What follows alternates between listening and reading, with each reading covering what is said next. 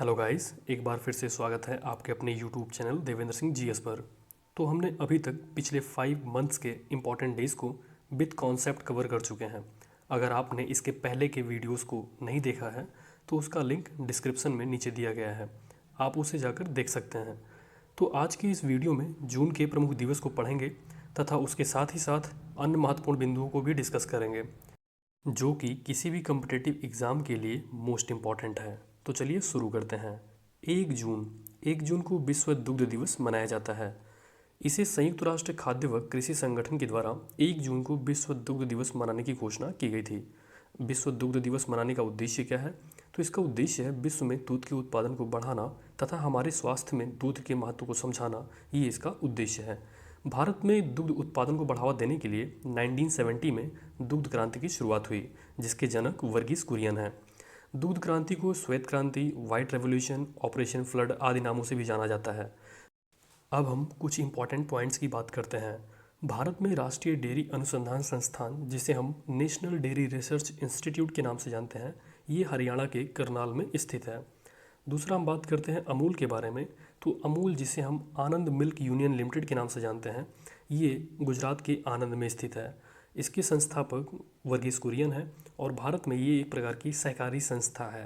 भारत में 1970 में हुई दुग्ध क्रांति ने भारत को दुग्ध उत्पादन में प्रथम स्थान दिलाया और वर्तमान में भी अगर हम बात करते हैं तो वर्तमान में भी दुग्ध उत्पादन में पूरे विश्व में भारत का प्रथम स्थान है। तो हमने विश्व दुग्ध दिवस के बारे में डिस्कस किया। अब हम नेक्स्ट बात करते हैं 5 जून के बारे में।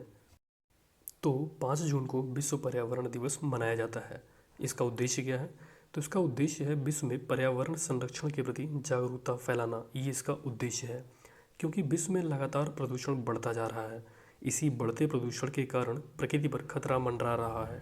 इसीलिए प्रदूषण को रोकने के लिए इसकी शुरुआत हुई और इसी पर्यावरण प्रदूषण पर विचार करने के लिए 1972 में स्टॉकहोम में एक सम्मेलन का आयोजन किया गया, जिसे हम स्टॉकहोम सम्मेलन 1972 के नाम से जानते हैं।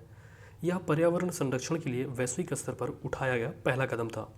1972 में स्टॉकहोम सम्मेलन के बाद में UNEP, जिसे हम यूनाइटेड नेशन इन्वायरमेंटल प्रोग्राम के नाम से जानते हैं, इसकी स्थापना की गई। UNEP की स्थापना 5 जून 1972 को होती है।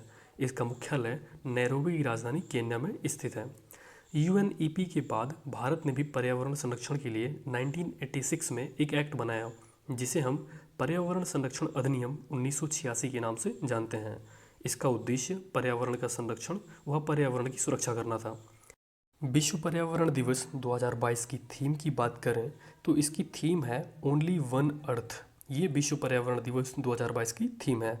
अब हम देखते हैं कि हमारे इंडियन कॉन्स्टिट्यूशन में पर्यावरण के लिए क्या प्रावधान दिए गए हैं।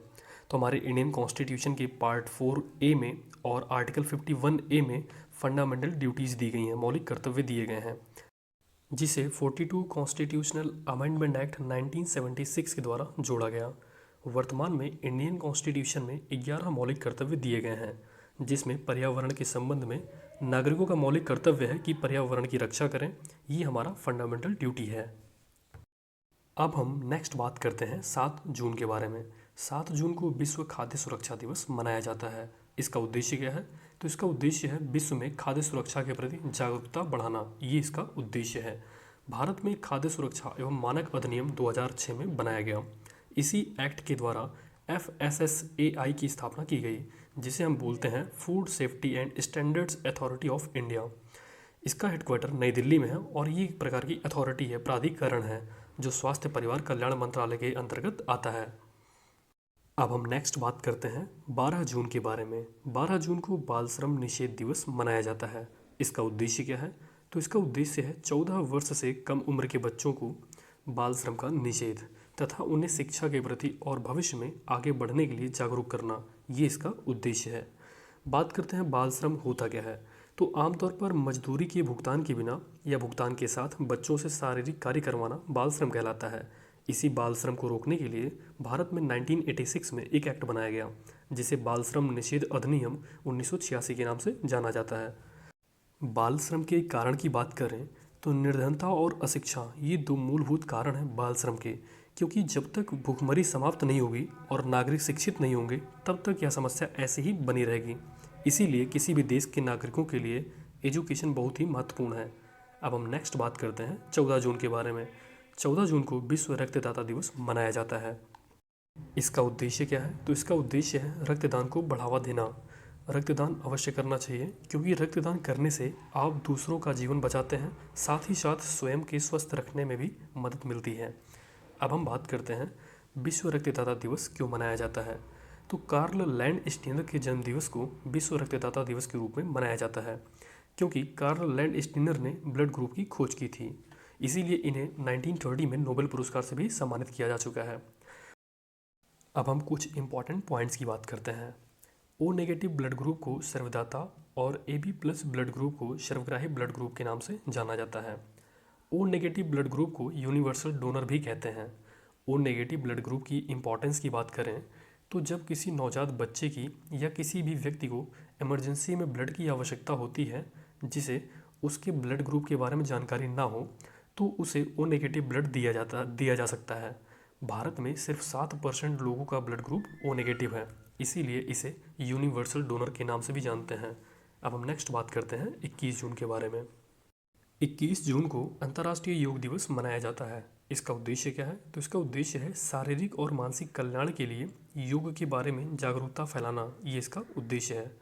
2014 में यूनाइटेड नेशन जनरल असेंबली में अंतर्राष्ट्रीय स्तर पर योग को बढ़ावा देने तथा योग दिवस मनाने के लिए एक प्रस्ताव रखा गया। उसके बाद यूनाइटेड नेशन जनरल असेंबली में यह प्रस्ताव पारित हो गया और 21 जून को अंतर्राष्ट्रीय योग दिवस मनाने की घोषणा हुई। और सबसे पहले अंतर्राष्ट्रीय स्तर पर 21 जून 2015 को अंतर्राष्ट्रीय योग दिवस मनाया गया। भारत के बाहर दुनिया का पहला योग विश्वविद्यालय स्वामी विवेकानंद के नाम से लॉस एंजल्स, अमेरिका में स्थापित किया गया। अब हम बात करते हैं 21 जून अंतर्राष्ट्रीय योग दिवस 2022 की थीम के बारे में। तो 2022 की थीम है योगा फॉर ह्यूमैनिटी। अब हम बात करते हैं 21 जून को ही अंतर्राष्ट्रीय योग दिवस क्यों मनाया जाता है। तो 21 जून को अंतर्राष्ट्रीय योग दिवस इसलिए मनाया जाता है क्योंकि 21 जून को उत्तरी गोलार्ध में सबसे बड़ा दिन होता है, जिसे ग्रीष्म संक्रांति कहते हैं। वैदिक परंपरा के अनुसार ग्रीष्म संक्रांति के बाद सूर्य दक्षिणायन होता है और यह माना जाता है कि सूर्य दक्षिणायन का समय आध्यात्मिक सिद्धि प्राप्त करने के लिए काफ़ी फायदेमंद है। इसके साथ ही साथ योग भी मनुष्य को स्वस्थ और लंबी आयु प्रदान करता है। इसीलिए 21 जून को अंतर्राष्ट्रीय योग दिवस मनाने का निर्णय लिया गया। अब हम इसके बाद बात करते हैं 23 जून के बारे में। 23 जून को अंतर्राष्ट्रीय ओलंपिक दिवस मनाया जाता है। अब हम कुछ इंपॉर्टेंट पॉइंट्स की बात करते हैं। अंतर्राष्ट्रीय ओलंपिक समिति की स्थापना 23 जून 1894 को हुई थी, इसीलिए 23 जून को अंतर्राष्ट्रीय ओलंपिक दिवस मनाया जाता है। अंतर्राष्ट्रीय ओलंपिक समिति के संस्थापक पियर डी कॉबर्टिन हैं और अंतर्राष्ट्रीय ओलंपिक समिति का मुख्यालय स्विट्जरलैंड के लुसाने में स्थित है।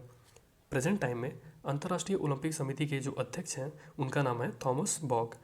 अगर हम बात करते हैं तो प्रथम ओलंपिक खेलों का आयोजन 1896 में एथेंस में हुआ था।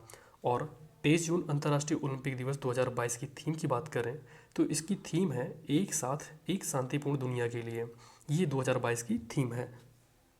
ओलंपिक के फ्लैग में 5 छल्ले होते हैं जो आपस में जुड़े होते हैं और ये पांचों छल्ले 5 प्रमुख महाद्वीप को दर्शाते हैं, जिसमें पीला छल्ला एशिया महाद्वीप को, लाल छल्ला नॉर्थ अमेरिका और साउथ अमेरिका महाद्वीप को, काला जो है अफ्रीका महाद्वीप को, नीला यूरोप महाद्वीप को और हरा जो है ऑस्ट्रेलिया महाद्वीप को दर्शाता है। अब हम नेक्स्ट बात करते हैं 29 जून के बारे में। 29 जून को राष्ट्रीय सांख्यिकी दिवस मनाया जाता है। अगर हम इसके उद्देश्य की बात करें तो इसका उद्देश्य सामाजिक और आर्थिक नियोजन में सांख्यिकी की भूमिका के बारे में जागरूकता फैलाना है। सर्वप्रथम भारतीय सांख्यिकी संस्थान की स्थापना 1932 में कलकत्ता में हुई थी। इसके संस्थापक पीसी महालनोबिस हैं, इसीलिए पीसी महालनोबिस के जन्म दिवस को बेसिकली राष्ट्रीय सांख्यिकी दिवस के रूप में मनाया जाता है। बात करते हैं दूसरी पंचवर्षीय योजना, जिसका टाइम पीरियड 1956 से लेकर 1961 तक था। इसमें दूसरी पंचवर्षीय योजना में जो मॉडल अपनाया गया था वो पीसी महालनोबिस मॉडल अपनाया गया था। अब हम बात करते हैं इसकी थीम के बारे में। तो इसकी थीम है सतत विकास के लिए आंकड़े। ये 2022 की थीम है। तो हमने आज की इस वीडियो में जून की सभी प्रमुख दिवस को कवर कर चुके हैं। तो मिलते हैं नेक्स्ट वीडियो में जुलाई के प्रमुख दिवस के साथ। अगर आपको यह वीडियो पसंद आया हो तो प्लीज़ वीडियो को लाइक और चैनल को सब्सक्राइब करें। आपको इसका PDF हमारे Telegram channel Devendra Singh GS पर मिल जाएगा, जिसका लिंक डिस्क्रिप्शन में नीचे दिया गया है।